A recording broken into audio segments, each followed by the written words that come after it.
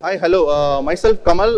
I'm the founder of Maker Global, and we run 3D printing company. We do rapid prototyping and additive manufacturing. So we work with clients who are mold makers, and before they make a mold, they make a sample or a prototype with us. So rapid prototyping is something, before you make a mold or before you make a tool, you have to make a sample product first. So before you invest on a mold, this is the technology where it can help you make prototypes. So we have different applications: so mold industry, architectural industry, even we work with movies, and we work with prototyping for them basically. HIPLEX response is very good actually, because from the day one we have more visitors and people are very attracted to this new industry, and we have very good footfall actually. Yeah, thank you.